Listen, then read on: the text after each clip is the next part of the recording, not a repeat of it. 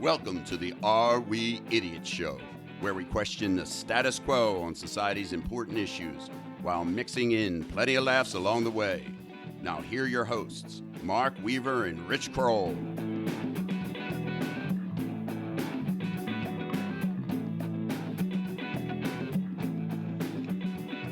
Hello again, everyone, and welcome to another edition of the Are We Idiots Show. We are your hosts, as always, Richard Kroll and Mark Weaver, and Rich is coming to you again via Skype. How are you, Richie?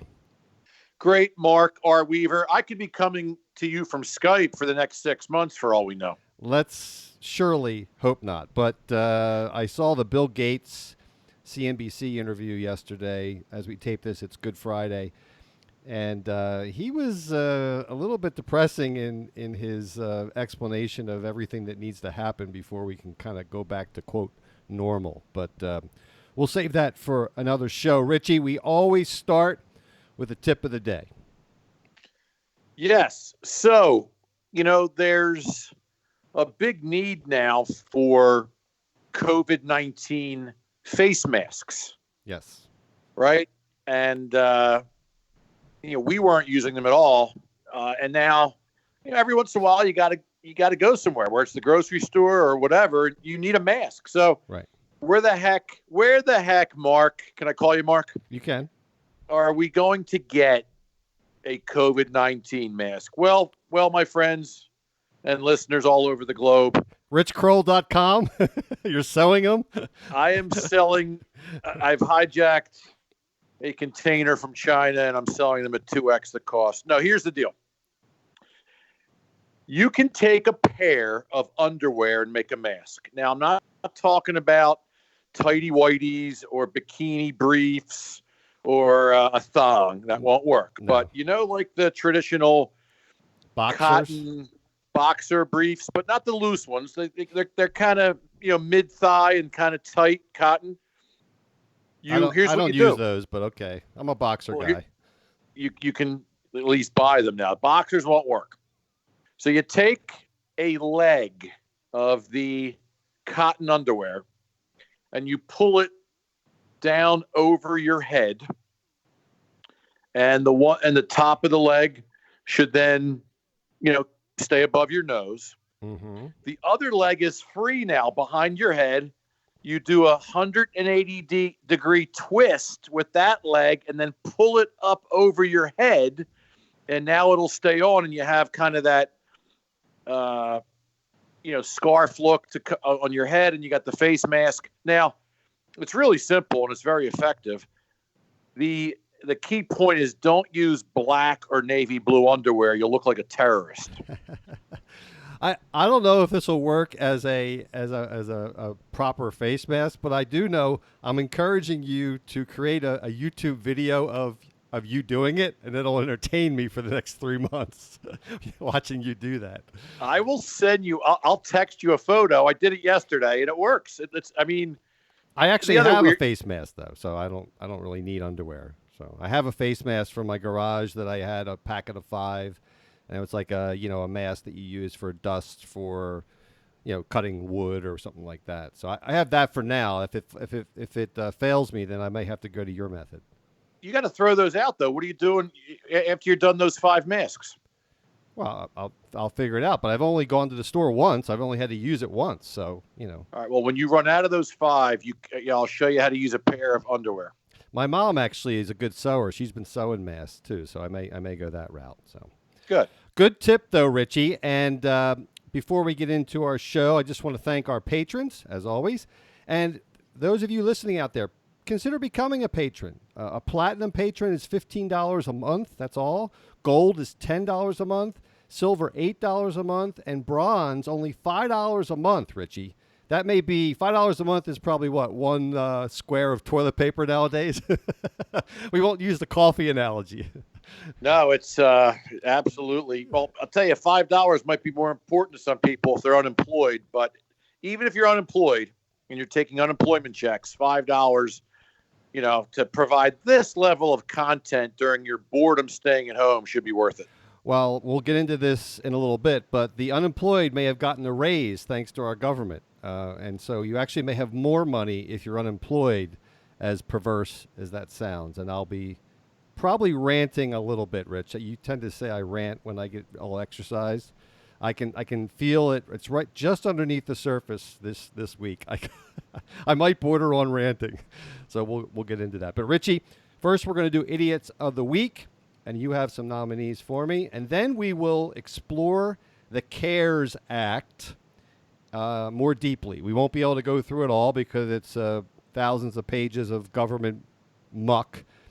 But the CARES Act, you probably all have been hearing about it, and that stands for Coronavirus Aid, Relief, and Economic Security Act. That's what CARES stands for, in case you guys were wondering. And by the way, whenever a government program or a government plan is named, you can surely bet that it does the exact opposite of what its name implies. Case in point, the Affordable Care Act, when Obama was president, it made care less affordable. The Patriot Act after 9/11 was basically authorized the government to spy on its citizens, which was unconstitutional. So this CARES Act is no better, and we'll get into it in more detail. Richie, Idiot of the Week. Lay it on me. I'm going to do it a little bit differently this time because there are mass groups of idiots that need to be called out. And it's hard to pick any one individual, but I'm going to call out as idiot or idiotic all groups hiding behind religion to justify mass gatherings that have been deemed illegal and dangerous to the citizens. Oh, yeah. So, I've been reading a lot about these mega church pastors, like I think Tony Snell's one of them, down in the South. Yep. Maybe a little bit of the Southwest. And they are, even after being arrested several times in the last several weeks for bringing people together in their churches, Snell, for example, said, "Yeah, I'm busing in people from all over to our church for Easter Sunday, and God will protect you." And it's such an egregious abuse of religious power that, there's a lot of people that will say, "Oh, I know, thank you." And it's just going to continue to spread the coronavirus. Down in New Orleans, this has happened, and it spread. Florida, Tampa area. Yep, Tampa area. I heard Texas. The Hasidic Jews in New York are completely not listening, and there was just a funeral. 500 people attended a funeral of some rabbi, and God isn't necessarily protecting people just because you're a pastor or a rabbi. So I think he'll answer some prayers if you catch coronavirus. Don't get me wrong, but leveraging religion to do this is really, really gives religion a bad name. Yeah, that's been a common theme on our idiots over the years, Richie. We've highlighted a bunch of pastors. Jim Baker comes to mind, but I think there was another one. Wasn't there a snake pastor or something that got bit by a snake? Yes, there was. Yeah, but we hate people that use religion as a crutch. And let's be honest, Richie. This probably has a lot to do with they don't want to miss their donations in Sunday service. I hate to be so cynical, but I'll bet a lot of these guys just they want the money. The offering. I hate to say it, but that's probably a motivation of theirs. You're not being cynical at all. If you think about a lot of these types of churches, these mega churches, people aren't giving online, or having auto withdrawal from their bank accounts. They also take pride in handing things in and being seen, handing money in, in person. So absolutely, these places are losing tens of thousands of dollars, every weekend. And, I get it. You need, everybody needs money to survive, and churches absolutely depend on charitable contributions. But let's just say it. That probably is a top 2 driving factor. So you're not being cynical. And some of these mega churches, the pastors have multiple private jets, Creflo multiple wives. Creflo Dollar comes to mind, but there's lots of other ones. So anyhow, Richie, those are good. And by the way, it's not just the pastors. I think I sent you a clip of several congregants that are sold in to this. Like, well, I'm going to church because God will protect me, and you media are making all this up. I mean, it just you got to put some personal responsibility on the congregants too, to not be idiots and sheep. So, all right, Richie. So we're going to transition now. And by the way, does those pastors get the dollar from you, or you taking a moral stand on that? Not I'm sending taking the a dollar. moral stand. It's too many to send. I am vetoing the dollar this week. Good. So now, Richie. Plus, Mark, there's coronavirus on most dollar bills anyway. So yeah, it's true. I actually saw a sign in a deli. It said, "We prefer you don't give us cash now." It used to be the old days. Well, you could pay less, you get a cash discount. Not anymore. Just give us your credit card. So anyhow, we're gonna transition now to talk about the aforementioned CARES Act that our illustrious leaders passed.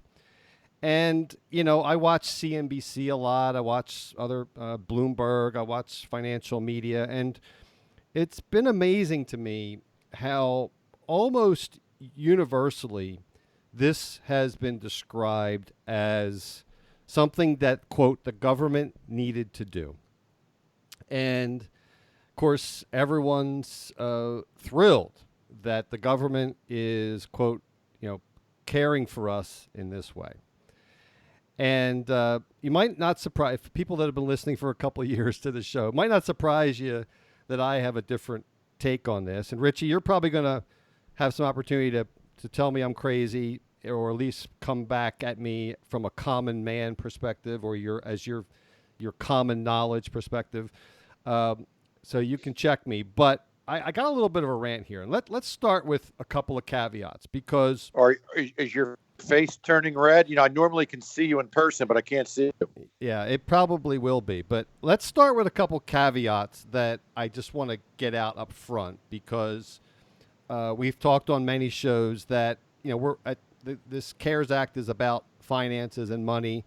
And we know that at the end of the day, people's health and their life is much more important. When, we've said on other shows, retirement planning or budget planning or anything else we've talked about money and deficit spending doesn't mean anything if you don't have your health, right, and your life. And we all know that that's the most important, and everyone's very concerned about their loved ones and themselves at this time, and money doesn't mean much in comparison.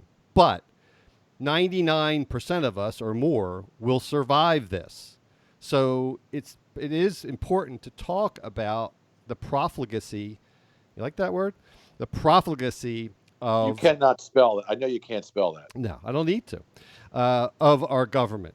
And so that's caveat number one. Caveat number two is my ideas are in the extreme minority, right? Caveat number three, I'm somewhat sympathetic, a little bit sympathetic, to those people who claim that there's a Fifth Amendment justification for all this government spending. And in the Fifth Amendment, there's the back portion of the Fifth Amendment says, there's a clause that says, "Nor shall private property be taken for public use without just compensation." Now, this is most commonly applied for when the government seizes property for a highway, or they buy your house out for... It's eminent domain is the common theme. But, government needs to reimburse you if it seizes a property for public good. So some people are claiming that because the government mandated that you shut your business down, then it's their responsibility under the Fifth Amendment to reimburse them for that. And to me, that is just not a great claim. I guess it could be debated, but here's how I would answer that. Richie, if today, let's pretend you owned a restaurant, and if today the government said, okay, it's okay, you can open up again. By law, you're allowed to open up again. You don't have to do that. How many people would actually go to a restaurant right now? How many people would sit next to someone at a table in a restaurant? Who would go to a stadium? Who would go to a basketball game? Who would go to a movie theater? The problem with that argument is that it's really people making these decisions, not government making these decisions. Because as a virus spreads and a pandemic happens, people stay in their houses just because it's self-preservation. It's not because the government said they had to. So what do you think of that argument, Richie, before we move on to the last caveat? Well, I mean, you're a blanket, adhere to the Constitution and, stick to a principle 100% most of the time. And I kind of try to look at everything on an individual case basis. I agree with you a lot, but sometimes I don't. I mean, if you're going to go down the path that, all Americans should save better and have emergency funds and cash for a rainy day, you're right. But I would say this is different for a lot of people. And your restaurant example is a good one. So you're a law-abiding U.S. citizen. You have a nice little, 20-table restaurant. After you pay your employees and whatever, whatnot, maybe you take home $100,000 a year, whatever, and you got a little savings account and you can get by for a while. But to your point, if you're forced to shut down your business, and then even when you open up, and who knows when they'll be allowed to open up, people will not come because they're still afraid of the virus lingering, which is an absolute concern, a legitimate concern. And all of a sudden, your restaurant's dependent on seating people that are sitting down and attending your restaurant, and it's shut down for a year. A lot of people won't have enough. First of all, like you said before, most people are 80 or 90% don't have $1,000 for a rainy day. But in legitimate cases where people were just good people, financially solid, they could still be ruined.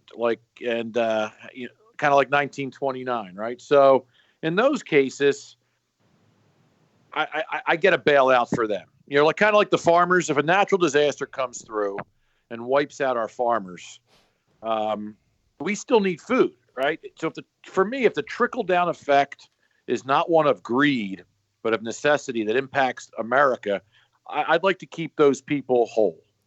Well, you're jumping ahead a little bit, but I was just asking specifically about the Fifth Amendment argument. But I don't even understand the Fifth Amendment. Okay. Well, let me get my last caveat, and then we'll get into the details of what you're talking about and the kind of the moral hazard of what you're talking about. So the last caveat is, I disagree with this CARES Act and most of it, but I don't blame people for taking advantage of it. I mean, it's the law. And at some level, people are responsible to take advantage of it because, like, if you're a business taking advantage of this PPP, I mean, your competitors are going to be doing it. So why wouldn't you do it? It's stupid from a from a country perspective, and from our grandchildren and children's perspective that we're taking on all this debt to do this. But once it's law and your competitors are doing PPP, we'll get into PPP in a second, it's kind of your responsibility to do it as well, even though it's stupid. So that's my last caveat before we jump in. I love when you call something stupid. It gets me fired up. And here's the deal.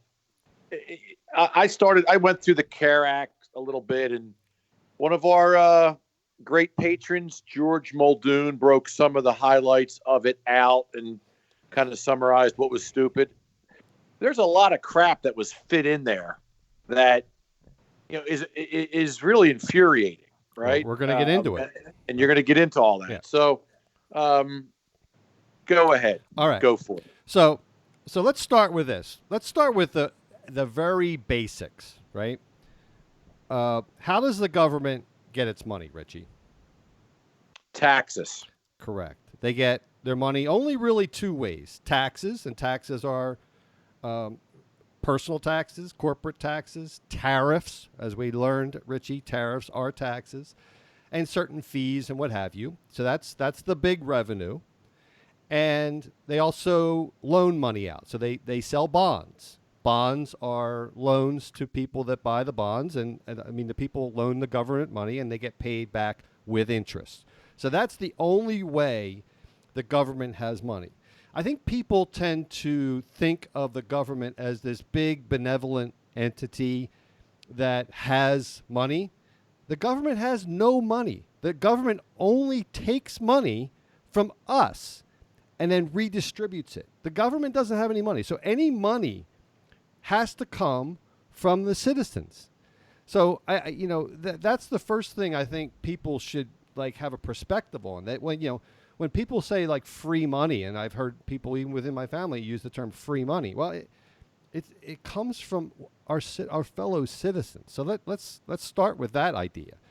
I'm not even going to go down the whole path of the Fed and other central banks around the world, what they're doing and printing money. That's a whole different show about what they're doing. But suffice it to say, we don't have the money. The government, not only doesn't the government have money that they have to take it from someone else, our government is $24 trillion in actual debt right now. That doesn't even count the promises we've made with Medicare and Medicaid and Social Security down the road. That's just real debt that we're in right now. So we don't even have money that we're, quote, giving out right now. We're borrowing that money, paying interest to then give it back out to people. So just let that sink in. What do you think about that right there, Richie? That the government spending, they've already spent, it's going to be almost $10 trillion between what the Fed's doing and what the Congress approved. $10 trillion that we don't have. I mean, do you think that's problematic right out of the gate? It is. And I don't even understand where this money's going to really go, right? Well, we're going to talk about that. How many zeros are on 24 trillion, right? And not to jump ahead, but the thing that stuck out in my head at a high level when I was looking at this is, every individual is supposed to get $1,200 or whatever, right? Just using I'm sure I don't have all the details correct. And I thought to myself, what in tarnation is $1,200 going to do for me? I mean, no offense, but my expenses are well above $1,200 a month, and even if I got that $1,200, which okay, you're not, by the way, you make too much money, you're not going to get it. So the people that do, who has on all expenses all in for the month of $1,200, right? If it could buy you a month to help you figure out how to get a job or how to get your life together, okay. For people that were truly laid off and just desperate to begin with, but the reality is, that's not going to do anything for anybody. Okay, it'll buy you groceries for a month. Oh, that's a positive, but it's a very short-term Band-Aid. That's just so. It's got me thinking, what the heck? Why are we doing it? I want you to explain really why the government decided to do this and why people think it's a good idea if they understood it. Well, that's a huge issue. This goes back into.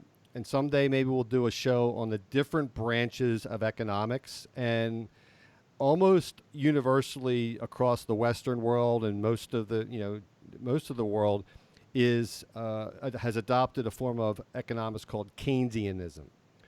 And the other main schools of economics are Austrian, and a lot of people call it like the Chicago school is another one that's more like a utilitarian school. But I'm an Austrian.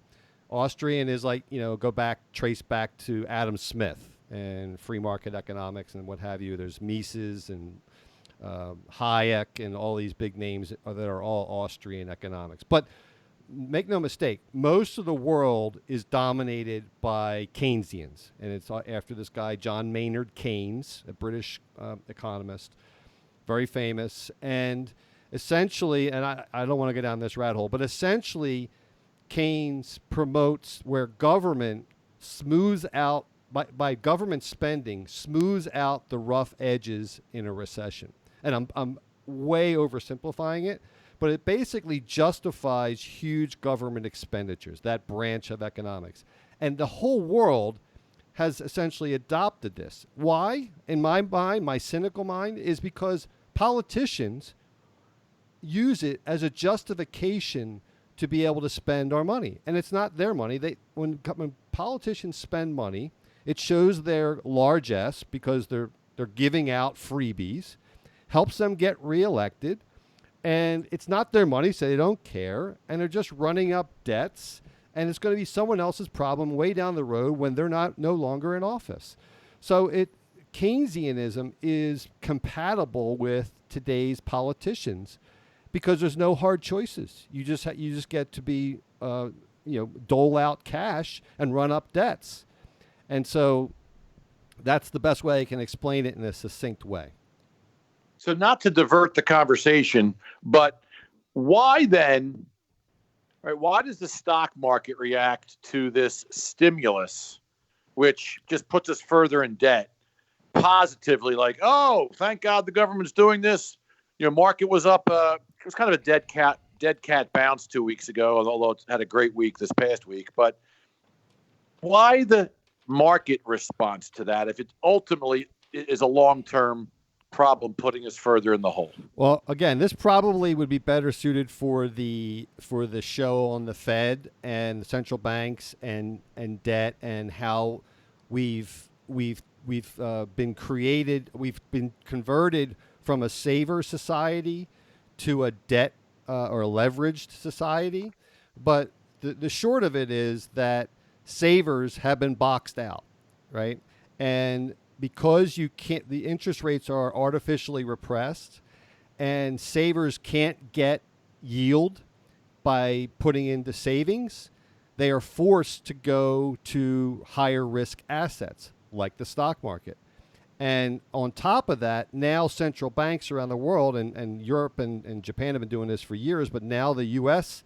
Federal Reserve, is now buying everything. They're buying equities, they're buying corporate debt, they're buying junk bonds, just most recently this week. So that is what's fueling the equity markets. But let's allow that for the for another podcast. For a rainy day? For a rainy day. All right, Richie, so let's get into some of the details of what this CARES Act will do. I broke it down into 4 different categories. Individuals and small business. Second category, big business bailouts. Third is health care. And fourth is pork. The pork? Pork, yeah. You know what pork is. Pork is pork barrel spending, which basically means that it's pet projects for these senators and congressmen that they just threw into the bill. It's in every bill. Not bacon. Not bacon. All right, so let's talk about individuals. So you already mentioned it, but people making under $99,000 a year are supposed to get $1,200 per person. So if you're a couple and your household income is under $100,000 a year, you get $2,400. If you have 2 kids, you get $500 per kid, so you get $3,400. So a husband and wife with 2 kids, $3,400, Rich. Don't you think that'll hold them over for quite a long time? I mean, Yeah, a month and a half. Right. Right. And by the way, this was $2.2 trillion that was authorized. All right. The second biggest piece for individuals is unemployment compensation. And this is what I was referring to earlier on our patron joke about they may actually be richer if you're unemployed. So here's the way it's working. Traditionally, unemployment is run by the states. And let's just use a simple example. Someone makes $1,000 a week, $52,000 a year, and they get unemployed. Typically, a state will make up about half of that for about 6 months in unemployment compensation paid by the state. So that'd be $500 a week. What our illustrious federal government has added to that in the CARES Act is $600 per week per individual for 4 months. So just to do the quick math, Richie, I know I'm not as good as you in math, but $500 from unemployment plus $600 from the government equals $1,100. So if you were making $52,000 a year and got laid off, you now get a raise. Now, again, it's for 4 months, but still, we don't know how long this is going to last. What happens within 2 months they would have gone back to work? What's that person going to do? What's that person going to do? They're going to go back to work and take a pay cut? I love when you raise your voice. So think about why this is insanity. at any time you're laid off, you have potentially economic and financial hardship for you and your family, right? Right. So if you're off work anyway, you're off work, regardless of outside, circumstances. So why would you get more money on top of your unemployment, which is given to you in the first place to replace some of your income you got from being laid off? Right. It's bizarre. Right. And, I'm not even going to go down the road that you kind of already went earlier, that the fact that we're not a saver society and we don't have emergency funds. I mean, personal finance, we've talked about it many times. You're supposed to have 3 to preferably 6 months of living expenses saved in cash and short-term cash. And, the reality is that 40% of the country doesn't have $1,000 saved. So they're obviously not saving 6 months of living expenses. And literally within 2 weeks of being told to stay home, the whole country's gone to chaos. So, I mean, that's a whole different problem that we have. But, in this case, the government is actually incentivizing people who are laid off not to go back to work. All right. So the next one is for, and by the way, in that unemployment compensation, it used to be you had to be an employee. And if you got laid off, if you were a 1099 worker, a gig worker as they call it, or if you were self-employed, you couldn't get unemployment compensation. That's also been included in this. So anyone, even if you have a small business, you can get if you're self-employed, you can get unemployment compensation out of the CARES Act when you weren't able to earlier. So this is a boondoggle. All right, let's move on to the PPP. This has probably been the most publicized portion of this CARES Act. And essentially, PPP stands for Paycheck Protection Program. And again, there's lots of detail, but I'm going to summarize it accordingly. So $349 billion were allocated for this program. And after a week, it's already seemed to be underfunded. And you'll know why when I explain the details. By the way, for unemployment compensation, that was $250 billion. So here's the way PPP works. And again, there's details in here, but this is a pretty good summary. So for companies that have 500 or less employees, you can get a loan, no collateral, no personal guarantee loan from the Small Business Administration for up to 2.5 times your average monthly payroll. And that is to be paid out over 60 days for employee salaries. It can also be used for other things. But if you pay it for employee salaries in the 60 days, the government says you don't have to pay any of it back. You can get these loans up to $10 million per organization. And I'm mind boggled about this, but let's just, I think back to origin of species, right? Darwin, right? This capitalism is Darwinian. And when you think about why are we rewarding companies to continue on when there's no demand for their products?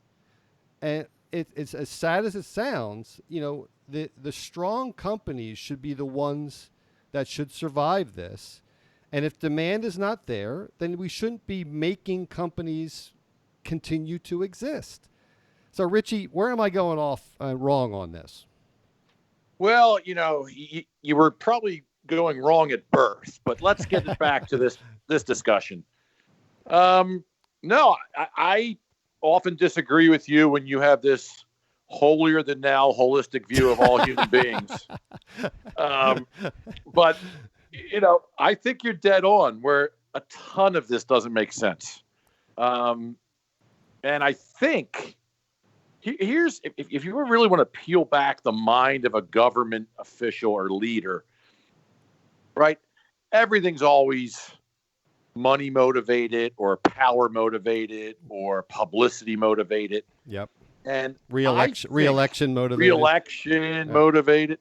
I truly believe a lot of this stuff is just thrown out there, knowing that 99% of all people won't read it, won't understand it, or even give a crap, except for guys like Mark R. Weaver, and just go, man, thank you. Man, thanks a lot. That shows me great leadership in my local or state or federal government, and I'm going to vote for you, and what a great country. Yeah.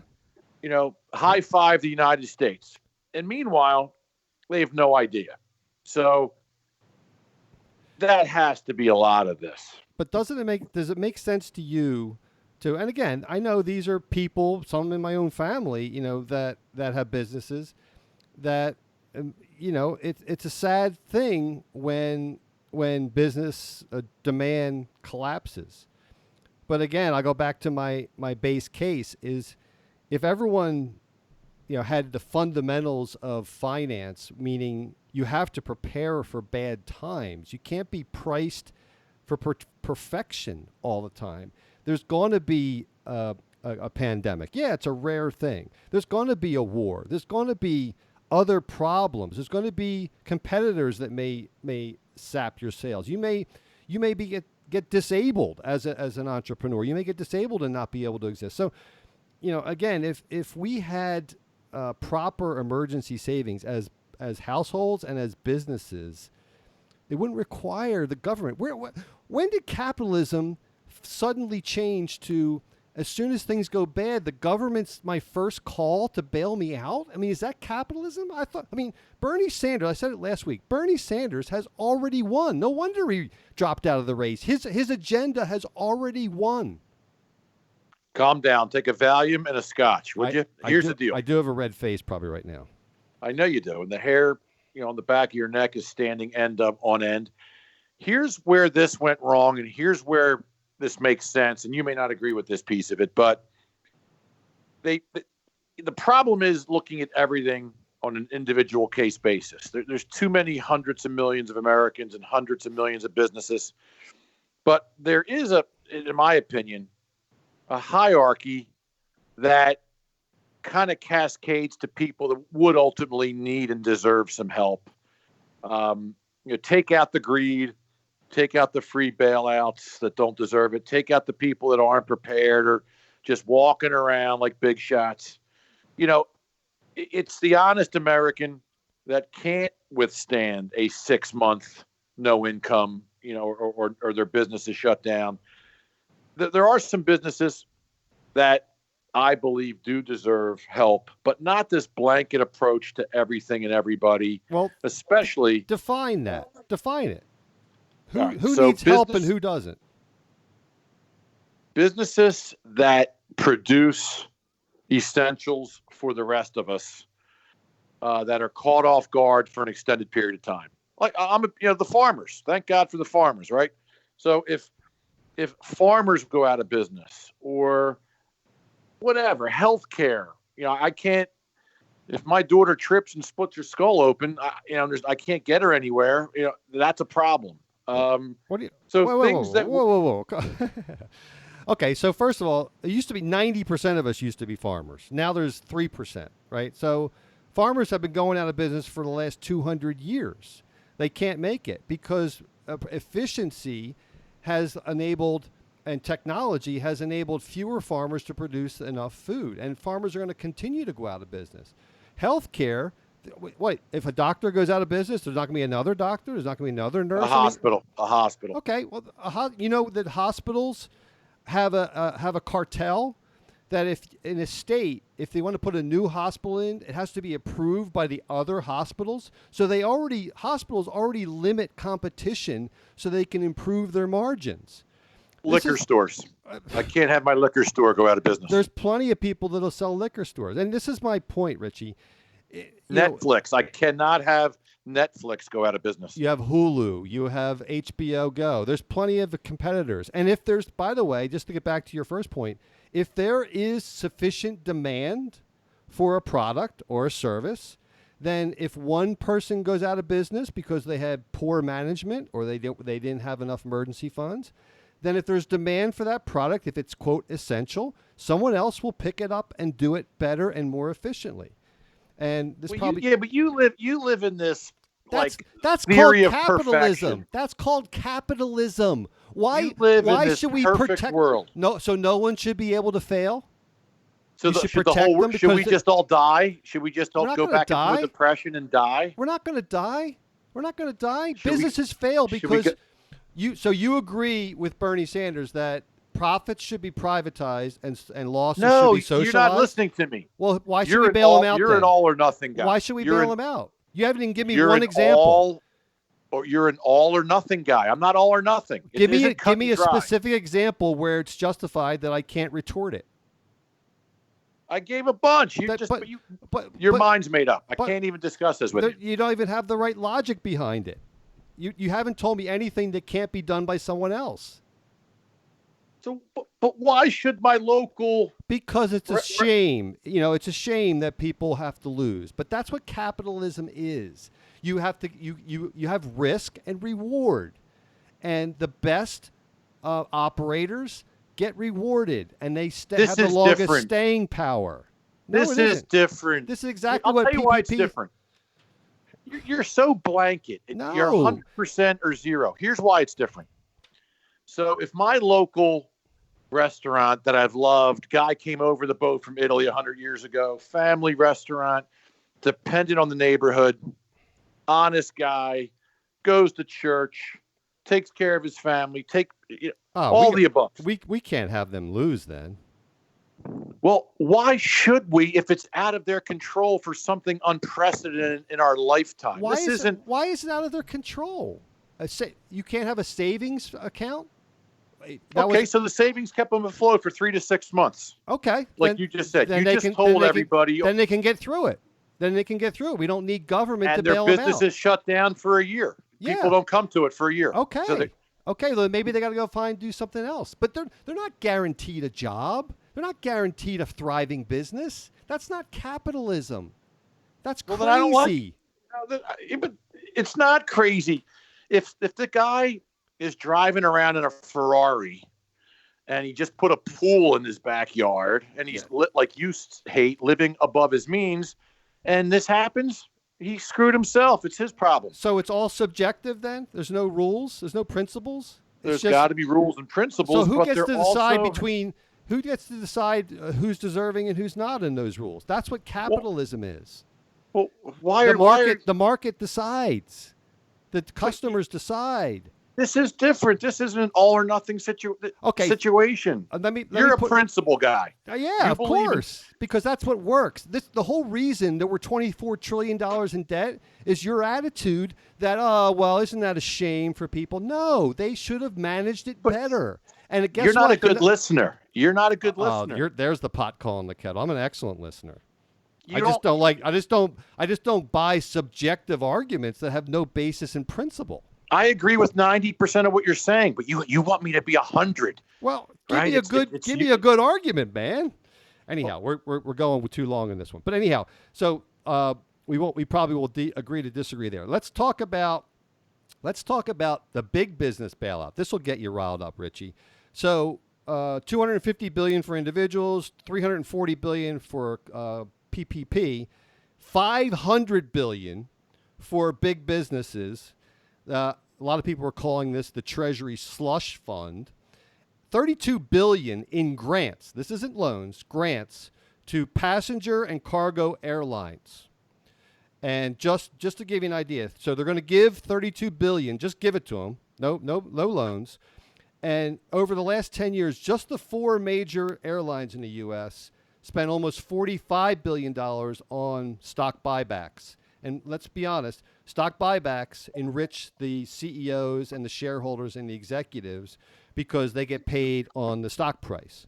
So why this is the exact same principle I was talking about earlier. Why are taxpayers paying for the socialized losses for these companies? That doesn't make sense. Why? Because it meets a threshold in your mind? It's the same exact principle. But I'm the not an same all or exact nothing principle. guy. Well, I know, You would let family members suffer and die for capitalism. I mean, I'm not like that. it's not about suffer and die. It's just I don't believe family members are entitled to a thriving business regardless of what happens in the market. I'll give my family members food if they need it, but that doesn't mean they're entitled to a business. Economics. Richie, But you have here's the zero problem. emotion for the world. When you bail out a bad business or a business that isn't as strong as another one, you actually hurt the thriving business. I just agreed with you. I don't think it should be. You're not listening. Yes, I just agreed with you on the businesses, but you twisted it. No, a little business. You said a little business. You're arguing with somebody agreeing with you on this point. No, I'm not. A little business. You just talked about the guy in the restaurant, a good law-abiding. Yeah, I don't want him. Guy. I don't want that guy to go out of business. Correct. But if he does go out of business and there's lower demand on the other side, you're actually hurting the stronger business because they have to divide up the same amount of or lesser business amongst the same amount of companies. I could care less about the stronger restaurant that I don't go to. You don't understand economics, my man. All right, so listen. Thank God. Yeah, you really don't. Anyhow, so the Treasury has a slush fund to give out, quote, loans, loan guarantees, and other investments to, quote, distressed sectors. So this is the Treasury. Steven Mnuchin will have the ability to give out loans to companies that he deems are distressed and they're important to give. $500 billion.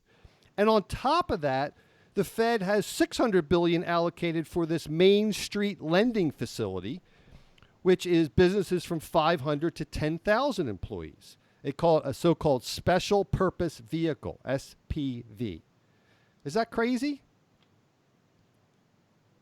Yeah. Hello. Did I lose you? I'm not answering your questions anymore. Why? This is a show that we actually have a show, you know. Oh, I thought this was a phone conversation. No, okay, so that's that. Now let's get to some of that because we're running a little long on time. Healthcare, and this I have less problem with. $340 billion in healthcare, so $117 billion for hospitals and veterans, $45 billion for FEMA, which I thought FEMA was already funded. $16 billion for the national stockpile. We've already talked about that last week that was going to increase. $15 billion for the CDC, vaccines, and therapeutics. All of that is perfectly predictable. But again, $340 billion of the $340 billion, only $15 billion is going to the CDC and vaccines and therapeutics. I think that's crazy. All right, now the pork, Richie. That's what we were talking about earlier. So the Kennedy Center, $25 million. Why does the Kennedy Center part of the CARES Act? Does my local restaurant owner go to that Kennedy Center? No, he's got 5 other options to get money given to him. And it makes no sense to me at all. National Endowment for the Arts money. Yeah, I don't. This part, this makes the least sense of any of it. $50 million for extra Congress salaries and cleaning. Now that makes sense. $1 billion for for airline recycling program. Yeah, this was the example of Pelosi and all those folks trying to slip things in, that they hope people wouldn't read and just sign off on. Yeah, but the Republicans and Trump signed off on it. Just because you know why? Don't take them off the hook. Because it got to the point where to get it signed, it probably should not have been signed, but they wanted to get it through and have this big high five legislation that was passed for the good of the people who are not going to read it like you do. So I get why they signed it, because it would have never gotten signed. I don't agree with it, but it's a circular mess. Yeah, and Trump justified signing the other budgets were $1.5 trillion in debt because he said he had to do it to fund the military, which the military is already $800 billion, and he wanted more, and that justified him signing the past budget. So it's a total joke. $1 billion, listen to this, Richie, for a free phone program. $30 million for OSHA, $25 million for the FAA. What the heck does the FAA need more funding for? Actually, if anything, the FAA's got less to do now because there's no airlines flying. I mean, and there's a whole list of other things that I can't even go into because we were out of time. But this 2 point, well, it's actually going to be close to $10 trillion on top of it. And some households get $1,200, 12 a person, $500 per kid. Some people are getting helped with unemployment insurance, yeah. But it's a fraction of the total cost. Most of it is going to big business. Most of it is bailing out profligate companies that didn't save for a rainy day, that were socializing losses in these big companies. And after the stakeholders have profited for years, almost a decade of free money and cheap money. And we're actually making it worse. The next bubble will burst even quicker because they're just reinflating another debt bubble. And this is all part of it. And this is why we wanted to do this show today, Richie. Final comments as we adjourn? So I hope you're not shouting at every small business owner in the county. They need a lot of hugs right now. Hey, most of this bill is stupid.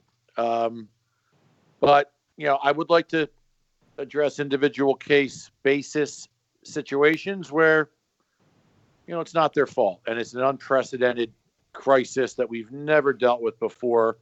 It's not like a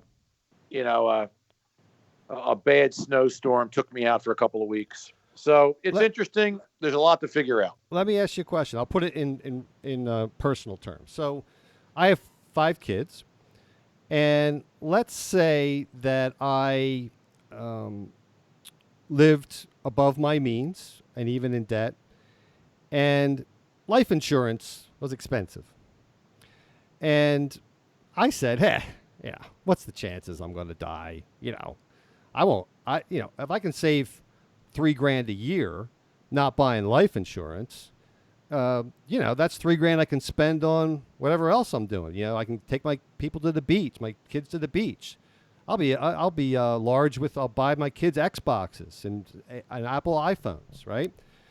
God forbid I get hit by a tractor trailer. What's the odds? And I die, and everyone is so upset that this poor Mary Ellen, gets stuck with these 5 kids and no money coming in because there's no insurance. Because, geez, wouldn't you know, Mark just had the dumb luck of, who would have thought, right? No, I'm a stupid idiot because I didn't prioritize insurance and I didn't have. Correct. You are a stupid idiot. Right. Correct. And this is the exact same analogy for these businesses who don't have. Apples to oranges. No, it isn't. It's the exact same thing. It's a matter of prioritizing your emergency fund. That should be the first thing that every household and every company has is funds in case things don't go as planned. This is an unprecedented situation way above the emergency fund situation. This is going to impact people much longer than 3 to 6 months. That fits your definition. So you know what's going to be worse than that, Richie? What? That your kids and my grandkids and all future generations are going to be enslaved by this debt. That's what I think is. Then you should run for office and do something about this, because if I can't even convince my podcast partner that socialism is wrong, then I got no shot.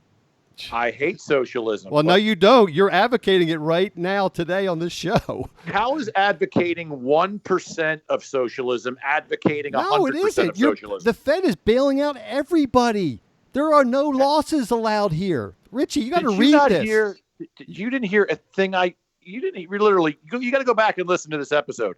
I agree with all of it, but I said the problem is not your favorite restaurant, right? Yeah. Right? Everything should be looked at on an individual case basis analysis. And guess what? Everyone has a favorite restaurant, Richie, which means everyone gets bailed out. I mean, that's why your argument fails on principle. This is why I have a lot more friends than you. And this is why you also are remote now. Not here with me in person, because we'd be screaming at each other. All right, folks. Well, we have to end it there. Good episode, and we might have a special guest next episode. We're still trying to line it up, but it could be a great episode next week, and we're going to talk. It's going to stay in the COVID-19 related genre, and looking forward to that. And as always, please remember, if what you see or hear sounds idiotic, then we're just the guys to help you sort it out. See y'all next episode. Take care. Thank you for listening. Please download, subscribe, share, and review on Apple Podcasts, Spotify, Stitcher, Google Play, and also our website.